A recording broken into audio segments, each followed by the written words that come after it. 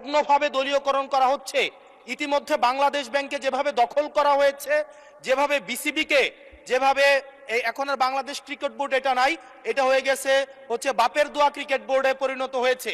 যেভাবে দখল করা হয়েছে বাপের দোয়া ক্রিকেট বোর্ড, এবং আমি যখন এই জায়গায় কথা বলছি ঠিক এই মুহূর্তে 28 জন বিচারককে মাননীয় স্পিকার তাদেরকে শোকজ দেওয়া হয়েছে।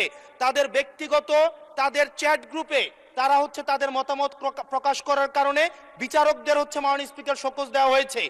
এই বাস্তবতায় আমরা এই গণ অভ্যুত্থান পরবর্তী সময়ে যদি জাতীয় মানবাধিকার কমিশনকে একটা মন্ত্রণালয়ের অধীনে রাখি, স্বরাষ্ট্র মন্ত্রণালয়ের অধীনে রাখি, তাদের মাধ্যমে আমরা নিরপেক্ষ কোনো ধরনের অনুসন্ধান আমরা কতটা পাবো সেটা নিয়ে কিন্তু আমরা সন্দিহান। মাননীয় স্পিকার, আজকে যেই বিলটি উত্থাপন হয়েছে জুলাই গণ অভ্যুত্থানে অংশগ্রহণকারীদের সুরক্ষা ও দায় নির্ধারণের লক্ষ্যে যে বিলটা আনা হয়েছে, সেই বিলে যদি আমরা দেখি এখানে কমিশন বলতে জাতীয় মানবাধিকার কমিশনকে বোঝানো হয়েছে, এবং এখানে 2 ঘতে সংজ্ঞার মধ্যে আমরা যদি দেখি বিশৃঙ্খল পরিস্থিতির অপরাধমূলক অপব্যবহার, এটার ব্যাখ্যাটা দেওয়া হয়েছে রাজনৈতিক প্রতিরোধের পরিবর্তে সংকীর্ণ ও ব্যক্তিগত স্বার্থে সংঘটিত যে হত্যাকাণ্ডগুলো হয়েছে এটাকে একভাবে দেখা হবে।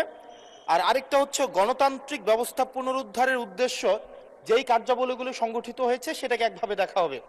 মাননীয় স্পিকার, প্রবলেমের জায়গাটা যেটা সেটা হচ্ছে সংকীর্ণ ও ব্যক্তিগত স্বার্থে যে ধরনের সংগঠিত হত্যাকাণ্ড হয়েছে সেটাকে কে ডিফাইন করবে, সেটাকে কিন্তু ডিফাইন করবে এই আইন অনুযায়ী জাতীয় মানবাধিকার কমিশন। অর্থাৎ এই ইনডেমনিটিটা জাতীয় মানবাধিকার কমিশনের উপরে নির্ভর করবে। এবার এই জাতীয় মানবাধিকার কমিশনের যে অধ্যাদেশ সেটা কিন্তু ইতিমধ্যে ল্যাপস করে দেওয়ার প্রস্তাব দেওয়া হয়েছে। এখন এই জাতীয় মানবাধিকার কমিশনটা এটা যে 2009 সালের অনুযায়ী যদি চলে তাহলে সেটা কিন্তু পুরোপুরি সরকার নিয়ন্ত্রিত একটা মানবাধিকার কমিশন। যেই মানবাধিকার কমিশন বিরোধী দল ও মতকে দমনের জন্য ব্যবহার করা হয়েছে, ভিকটিম ব্লেমিং এর জন্য ব্যবহার করা হয়েছে, যেই মানবাধিকার কমিশন গুম খুনের বৈধতা উৎপাদন করা হয়েছে।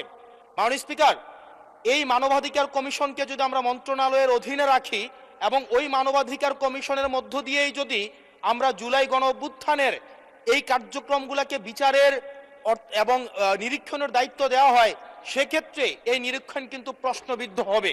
এছাড়াও আমরা যদি দেখি সাংবিধানিক প্রতিষ্ঠানগুলোকে যেভাবে নগ্নভাবে দলীয়করণ করা হচ্ছে, ইতিমধ্যে বাংলাদেশ ব্যাংকে যেভাবে দখল করা হয়েছে, যেভাবে বিসিবিকে যেভাবে এখন আর বাংলাদেশ ক্রিকেট বোর্ড এটা নাই, এটা হয়ে গেছে হচ্ছে বাপের দোয়া ক্রিকেট বোর্ডে পরিণত হয়েছে। যেভাবে দখল করা হয়েছে বাপের দোয়া ক্রিকেট বোর্ড, এবং আমি যখন এই জায়গায় কথা বলছি ঠিক এই মুহূর্তে 28 জন বিচারককে মাননীয় স্পিকার তাদেরকে শোকজ দেওয়া হয়েছে। তাদের ব্যক্তিগত তাদের চ্যাট গ্রুপে তারা হচ্ছে তাদের মতামত প্রকাশ করার কারণে বিচারকদের হচ্ছে মাননীয় স্পিকার শোকজ দেওয়া হয়েছে।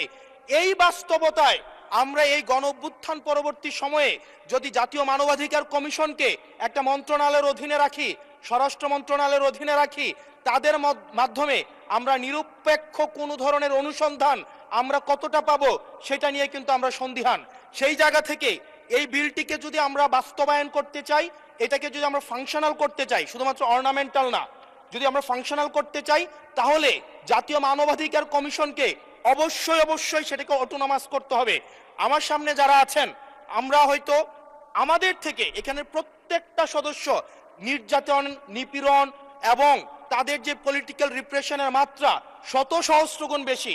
আমরা তাদের কাছে প্রত্যাশা করেছিলাম এই জাতীয় মানবাধিকার কমিশনকে তারা একটা স্বতন্ত্র বডিতে নিয়ে যাবে, অথচ আমরা দেখলাম যারা সবচেয়ে বেশি নির্যাতিত হয়েছে, নিপীড়িত হয়েছে, তারাই এটাকে একটা মন্ত্রণালয়ের অধীনে রাখতে চাচ্ছে। এই অজুহাতে যে জাতীয় মানবাধিকার কমিশন যদি অটোনমাস হয়ে যায় তাহলে সেটাকে হচ্ছে এটার জবাবদিহিতা কিভাবে নিশ্চিত হবে। মাননীয় স্পিকার, আমাদের ইলেকশন কমিশন, আমাদের হচ্ছে পিএসসি, আমাদের হচ্ছে দুর্নীতি দমন কমিশন, যদিও এটা কাজের কেতাবে আছে, গোয়ালে নাই, কিন্তু এটা কিন্তু একাডেমিক ভাবে এটাকে ইভেন ইন্টারন্যাশনালিও এই জিনিসটা কিন্তু অটোনমাস হওয়ার কথা।